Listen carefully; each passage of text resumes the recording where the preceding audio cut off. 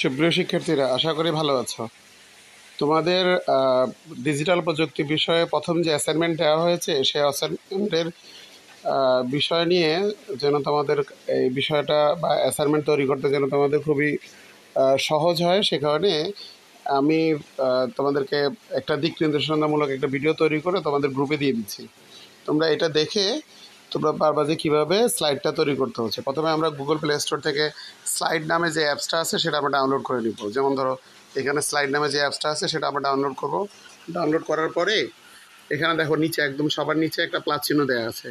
সেই প্লাস চিহ্নটা ক্লিক করবা। ক্লিক করলে এখানে লেখা আসবে যে নিউ প্রেজেন্টেশন। তো নিউ প্রেজেন্টেশনে ক্লিক করার পরে এখানে দেখো যে ডাবল ট্যাপ দেওয়ার পরে এখানে গিয়ে তুমি কী করবা, আমার পরিচয় লিখে দিবা। প্রথম যেহেতু আমরা বলেছিলাম যে প্রথম স্লাইডটা হবে তোমার পরিচয় নিয়ে, আমার পরিচয় লিখলা। লেখার পরে এবার তুমি এটাকে আরেকটু চিকন করে নিতে পারো। আবার মাঝখানে চাইলে মাঝখানটাকে আরেকটু চাপায় নিয়ে আসতে পারো এভাবে। হ্যাঁ, আবার আমরা আরেকটু উপরে উঠাতে পারি। আবার চাইলে এক পাশে নিয়ে আসতে পারি, এক পাশে। আবার চাইলে এটাকে এই পাশে নিয়ে আসতে পারি। হ্যাঁ, এ পাশে নিয়ে এবার। এবং অনেকে দেখলাম যে তোমরা তোমাদের নিজেদের ছবিও দিতে চাচ্ছ। এখন তোমরা যদি চাও যে এরকম এই এই আমার পরিচয়ের পাশে তুমি তোমার ছবি দিয়ে দিবা, তাহলে তুমি কি করতে পারো, এই যে এখানে উপরে দেখো একদম সবার উপরে প্লাস চিহ্ন নামে একটা চিহ্ন আছে। ওইখানে তুমি ক্লিক করার পরে এরকম একটা অপশন আসবে, ইমেজে যাবা। ইমেজ যাওয়ার পরে ফ্রম ফটোজে গিয়ে তুমি সেখান থেকে একটা ছবি সিলেক্ট করে নিবা। তোমার যেহেতু তোমার গ্যালারিতে, মোবাইলের গ্যালারিতে যেহেতু ছবিগুলো থাকবে, সেই ছবিগুলো থেকে তুমি তোমার একটা ছবি সিলেক্ট করে দিয়ে দিতে পারো। এটা দেওয়ার পরে যেমন দেখা যাচ্ছে যে আমরা যদি, যেমন আমরা একটা অনুষ্ঠানে গিয়েছিলাম, আমরা সকল স্যারেরা মিলে সেরকম একটা ছবি দিয়ে দিচ্ছি তোমাদের এখানে। তো এই ছবিটা এরকম করে তোমরা তোমাদের ছবি অ্যাড করতে পারো। এবং এখানে তুমি তোমার ক্লাসের পরিচয়, তোমার যে তোমার নাম, রোল, ক্লাস, এগুলো লিখতে পারো। লেখার পরে যেমন ধরো তুমি তখন এর সাথে আরেকটা স্লাইড যোগ করতে যাচ্ছ। মনে করো এখানে তুমি তোমার নাম লিখলা, তোমার নাম, তারপর হচ্ছে তোমার রোল। হ্যাঁ, এরকম লিখে তুমি কি করতে পারো, এটাকে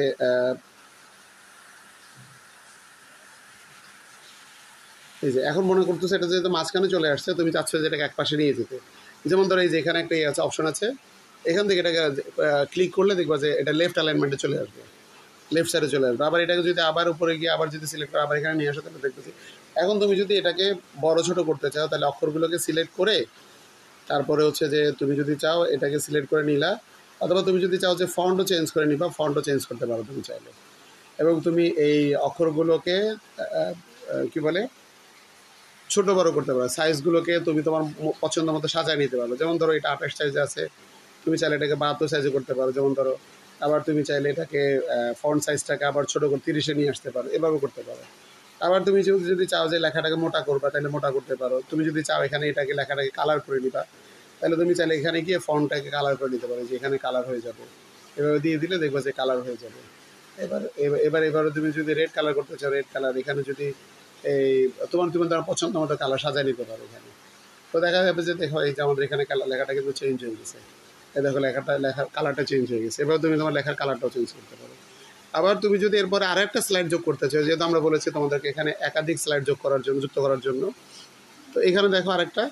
এরপরে আবার এখানে টাইটেল স্লাইড দিয়ে এখানে এটাকে সিলেক্ট করার পর এখানে তুমি তোমার দ্বিতীয় ছবিটা দিবা, পাশে দিয়ে তুমি তোমার ছবির বর্ণনা দিতে পারো। এরকম নানানভাবে তুমি একাধিক স্লাইডগুলো যুক্ত করতে পারো।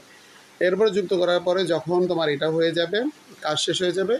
কাজ শেষ হয়ে যাওয়ার পরে তুমি কী করতে পারো, এখানে গিয়ে এই যে দেখো উপরে, একদম উপরে লেখা আছে আনটাইটেল প্রেজেন্টেশন। এখানে গিয়ে তুমি তোমার এই টাইটেলের প্রেজেন্টেশনের নাম দিয়ে দিবে। তোমার এখানে এটা তো সবচেয়ে ভালো হয় যদি এই প্রেজেন্টেশনের নাম তোমার রোল নাম্বার দিয়ে করো। রোল নং দিলে তাহলে আমরা খুব সহজে বুঝে নিব যে এটা কত রোল নাম্বার শিক্ষার্থী এটা জমা দিয়েছে। রোল নং দিয়ে দিলে হয়ে যাবে। এরপর কমা দিয়ে দিবা, অষ্টম দিবা। তোমার রোল নাম্বার মনে করো এখানে যদি 13 হয় তাহলে 13 হতে পারে, অথবা যদি 23 হয় তাহলে 23 দিয়ে দিবা।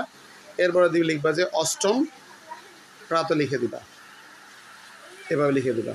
বাস, এটা নাম হয়ে গেছে এরকম। তাহলে হচ্ছে যে আমরা এবার কি করছি দেখো, এই যে উপরে লেখা হয়ে গেছে যে এইটার প্রেজেন্টেশনে যে নাম ছিল সেটা। এবার তুমি কি করবা, শেয়ার অ্যান্ড এক্সপোর্টে যাবা। শেয়ার অ্যান্ড এক্সপোর্টে গেলে এখানে একটা অপশন আছে, অনেকগুলো অপশন আছে। তার মধ্যে লিখবা যে সেন্ড আ কপি। তুমি যখন সেন্ড আ কপি পাঠাবা, তখন এখানে তোমাকে আর পাওয়ার পয়েন্টে পাঠানোর দরকার নেই। তুমি পিডিএফ ডকুমেন্ট করে, এই যে এখানে পাওয়ার পয়েন্ট আছে, পিডিএফ ডকুমেন্ট আছে, তুমি পিডিএফ ডকুমেন্ট করে পাঠালে তাহলে সবচেয়ে ভালো হবে। তাই এটা পাঠিয়ে তুমি কী করবা, তোমার এখানে দেখো তুমি কোন মাধ্যমে পাঠাতে যাচ্ছ। তুমি কি এটাকে হোয়াটসঅ্যাপে পাঠাবা না জিমেলে পাঠাবা? তো আমরা যেহেতু আমাদের গ্রুপ দেওয়া আছে, আমরা চাইলে আমাদের হোয়াটসঅ্যাপ গ্রুপে পাঠিয়ে দিতে পারি। তো তুমি গিয়ে এখানে হোয়াটসঅ্যাপে সিলেক্ট করে এবার তুমি তোমাদের যে হোয়াটসঅ্যাপের যেই এটা আছে সেখানে তুমি পাঠিয়ে দিতে পারো। তো এখানে গিয়ে যেমন ধরো তোমার ক্লাস 8-এর যে গ্রুপটা আছে সেখানে গিয়ে এখানে আবার আরও একবার বলছি, ক্যাপশনে গিয়ে এবার তুমি তোমার ক্যাপশনে তোমার নাম লিখবা। মনে করো নাম লিখলাম হচ্ছে যে মনে করো কী বলে রিতা মনে করো। তারপর হচ্ছে রোল দিলাম, রোল লিখে এবার রোল হচ্ছে যে 13, তারপর হচ্ছে 1, 2 যা হোক, তুমি তোমার রোল নাম্বারটা তোমার অ্যাকচুয়াল যে রোল নাম্বার আছে সেটা দিয়ে দিবা, দিয়ে এবার তুমি পাঠিয়ে দিবা। তা আমি আশা করি বুঝাতে পারছি তোমরা, এরপর তুমি সেন্ড করে দিবা। আমি আশা করছি তোমাদেরকে বুঝাতে পেরেছি কীভাবে এটা সেন্ড করবে। সেন্ড করে দিলে বা চলে যাবে গ্রুপে চলে যাওয়ার পরে এবার তুমি কী করবা, আশা করি যদি এবার কোনো সমস্যা থাকে তাহলে তোমরা আমাকে আবার পরে নক দিও।